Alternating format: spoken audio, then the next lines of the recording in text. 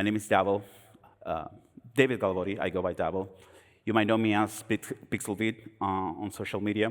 I'm a designer and a creative engineer, and I run a small independent studio called Designer in the Loop in New York City. I'm originally from Buenos Aires, Argentina, and I'm really, really stoked to be here with you today. So today we're going to talk about Figma and WebGL. But I want to also add a little bit more to this story, and I'm going to share a little bit of my journey. In this process of building new intuitions with technology, every other day we are encountered with dozens of new tools, and every other week there is a new LLM in town. And I don't know if this was something that you felt before, but sometimes this can get overwhelming. And one of the main challenges that I keep facing is that I'm a little bit of an addict on chasing shiny new toys and essentially building new stuff every other day. And one of the problems with that is that sometimes I never finish projects. And in time, I started to leave a trail of abandoned projects. And that started to weigh a little bit on me. And that also became a little bit of a problem when I started to feel frustration and start almost negating my creative evolution in some way. But something changed at some point when I started getting super obsessed with one little very quirky thing that I haven't seen on the web, which is how to make a geometry morph from one particular state into another. So in this case, the thing that I was very obsessed is how can I change this plane geometry into a 2D ring, right? And it's something that I can fairly say that I can imagine people being obsessed with something like that for weeks or weekends or even months. But the thing is this, I think that triggered something inside me that helped me understand that my creativity thrives in those spaces between making things and learning. And I feel that sometimes we tend to think about creativity as something like it's like inspiration in some way, put in action. But I think about it in a different way. I think creativity is more like duct tape. It helps us put things together, even in the most scrappy way. The examples I'm about to show you are scrappy in some way, but also some others are a bit more sophisticated. I call them connected iterations. They were recorded in Chrome, and they were built with assets from Figma. So in this creative mix between Figma and WebGL, I need to start by saying this, that the Figma REST API is still way ahead of everybody else because it provides with something that is really uncommon. It gives us the ability to access our design assets from the cloud using a fetch request. And the fact that lately has seen a couple of new integrations from this new vibe code tools such as Vercel's V0 and Lovable makes it even more remarkable because even through time, I can imagine the Figma REST API might be probably 5 or, yeah, I think more than 5 years for sure. But the important part here is that it allows me to, in this case, what you're seeing behind me is a 3D scene made with Three.js. All the textures were fetched from my designs in Figma. I didn't export anything. These images are loaded as pairs, and they're loaded using web workers and illuminated with HDR lighting. And you probably ask yourself right now, what do you mean by that? The thing is this, the way to think about it is your design is connected with the thing you're making on the web. It's live. I can keep editing, and the only thing I need to do is refresh the page. So the content is dynamic, and the thing loads very fast. And it's a combo that I haven't seen people trying a whole lot. So let's dive deep into this idea of using Figma as a cloud source, as a source for your assets. So in this case, we're looking at a Figma Canva where I'm importing this 3 different textures. One of them is the base color, but the other textures are being used as masks. And these are not common masks. These images are made just to have the scene interact with the light of the scene in a different way. So one of these textures affects what is called the roughness of the material. It means if the light will essentially make something shinier or matte. And the other mask that I'm using is an emissive map, and essentially tells the Three.js that they can essentially make the light that is bouncing back in a different way. What is interesting about this is that I'm trying to leverage what I can do as a designer from Figma with boilerplate code from Three.js.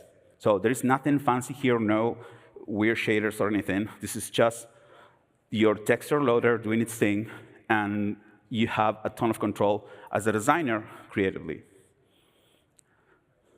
So we don't need to stop there, because the REST API allows us to export SVGs, and SVGs contain path data. I can use that path data with Three.js to reconstruct a geometry. Once I have that geometry, I can extrude it in space. And because I'm using auto layout, I have the API exporting each of these components. This is a composition that I made with a modular typography that I created in Figma with some icons. And what is interesting with this is in this very moment, something is about to happen. I'm going to hide a component on Figma, and the scene is going to get that change almost automatically. We'll wait for that loop to run one more time. This scene is using Three.js, but it's using Three.js with a wrapper called React Fiber. And this gives me the ability to have atomic updates, which is something that is incredibly remarkable in this way. You will see right this second. So React has a reconciler that allows me to get atomic updates for free. The minute that I built this like a year ago. I was never be able to see assets in the same way. This changed for me the way I was experiencing building stuff creatively. But what happens if we push this even further? One of the oldest tricks in computer graphics is what is called a cube map or a skybox. It's this idea that you have an invisible cube that shoots light into your scene, and you use that light to create reflections, or just to reflect how the geometry is going to use that, what's called environmental light. And because this is a cube and it has six faces, in my head it was like, I can definitely create 6 frames in Figma. And this is one demo that is one of the simplest techniques that is also very powerful in the way of, again, balancing what you can do as a designer with what you can do as a developer. I haven't seen this in the years that I've been working on this, and I left a template on my Figma profile if you want to take this for a spin. This is just using light, but you can imagine, since you're building a room with a cube, that you can use it to make other stuff. Once I have this environmental light affecting the scene, I can change the material parameters, and I will have crazy light, crazy materials on my components that I can control with the tools that are better suited for that, which is in this case a tool like Figma. If you want to take it for a spin, try it. It's really fun. With this kind of explorations that I've been doing probably on weekends, I started to notice that I was doing something more with Figma. I started to thinking about Figma as my personal CDN. I started to think about it as my visual kernel on the cloud. It allows me to have access to a ton of features that are impossibly hard to build on the web, such as good layout for a canvas element, typography, color, variables, themes, you name it. By removing all of that friction from my creative process, I was able to think more in depth about what was possible with the geometry and the shading part of 3D. So remember what I told you earlier about this little obsession with topology? This little obsession of just transforming geometry from one thing into another. This was such a rabbit hole for me that I call this an intentional research and development. This essentially was me trying to push my own boundaries, trying to understand what was possible without the preconceptions of a 3JS workshop or whatever, or a book or a tutorial. I was literally trying to remove everything that I learned. I started from scratch again. One thing that I found really helpful in this process of rediscovering my relationship with these tools and my creativity was this thing called dopamine-driven engineering, which is this idea that you can essentially build whatever you want just because you want to see it, not that you need to think about solving a problem or shipping something. This, I call it creative microdosing. It's this idea that you have that power, that think about the things you can do today with these tools and find a space for you to play.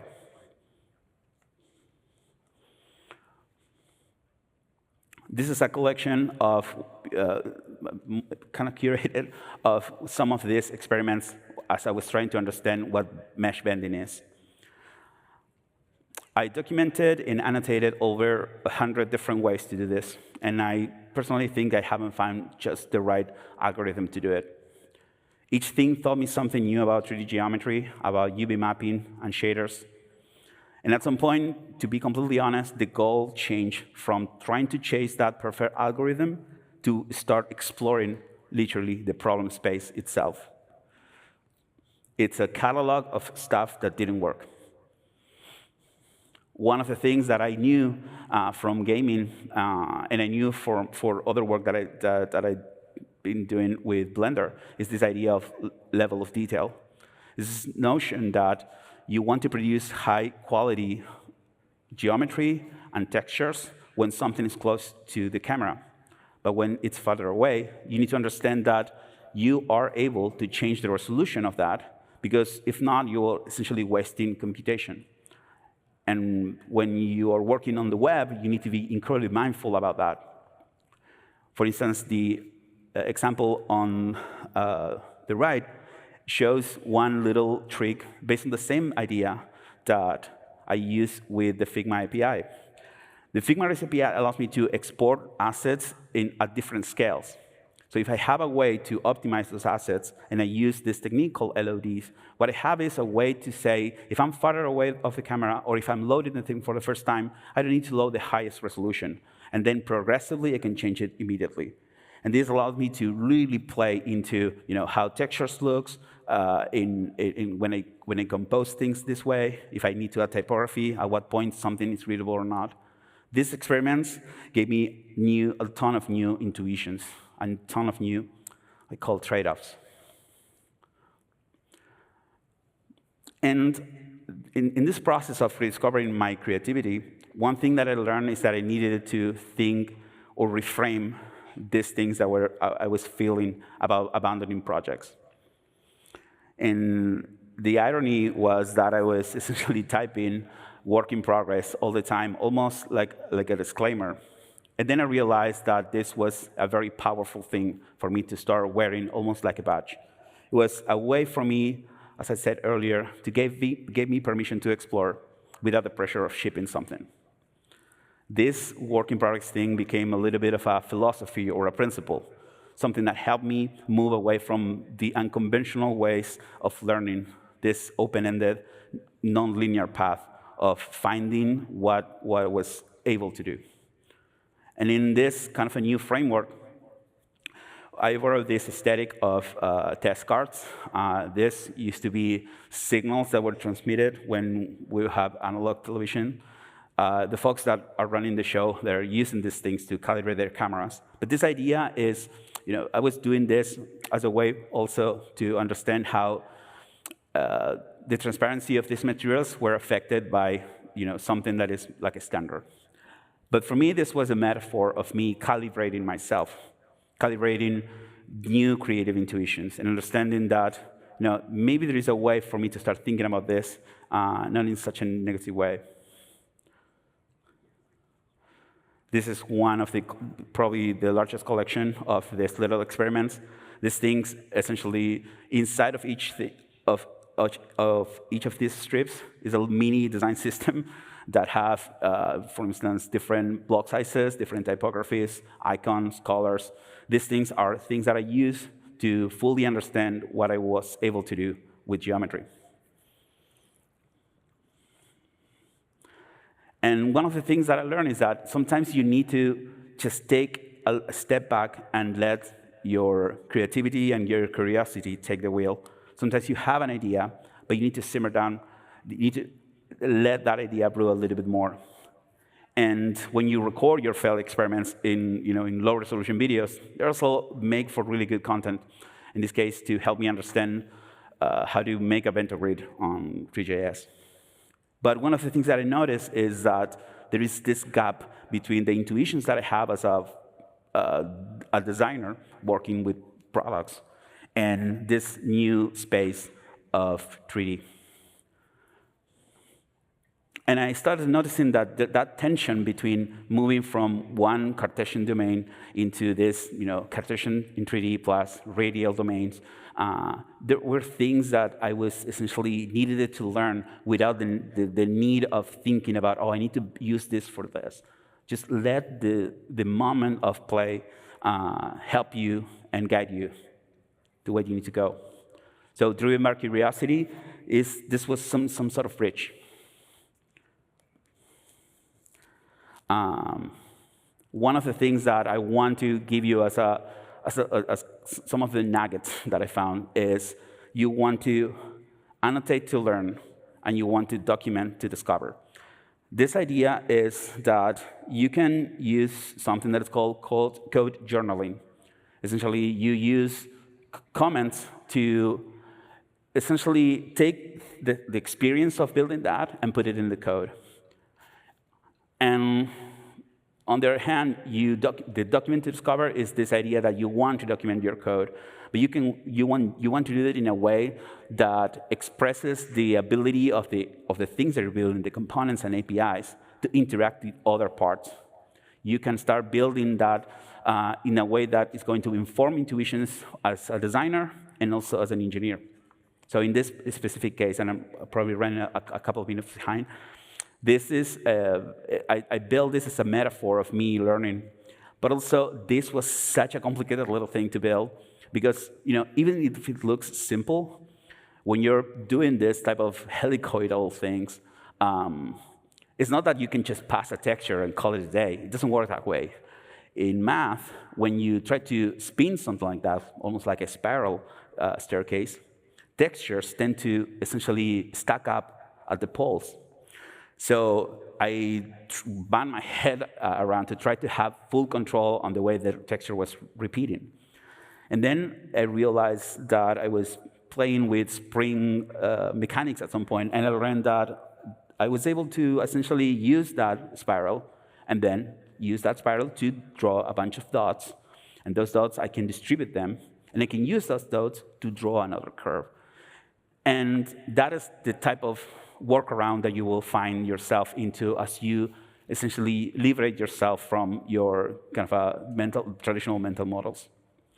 And in that process, the idea or the way of creating becomes itself the output.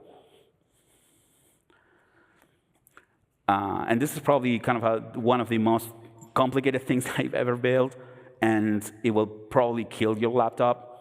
But this thing is essentially all the previous ideas, all connected. This scene is loading all these assets from Figma. And in such a way, this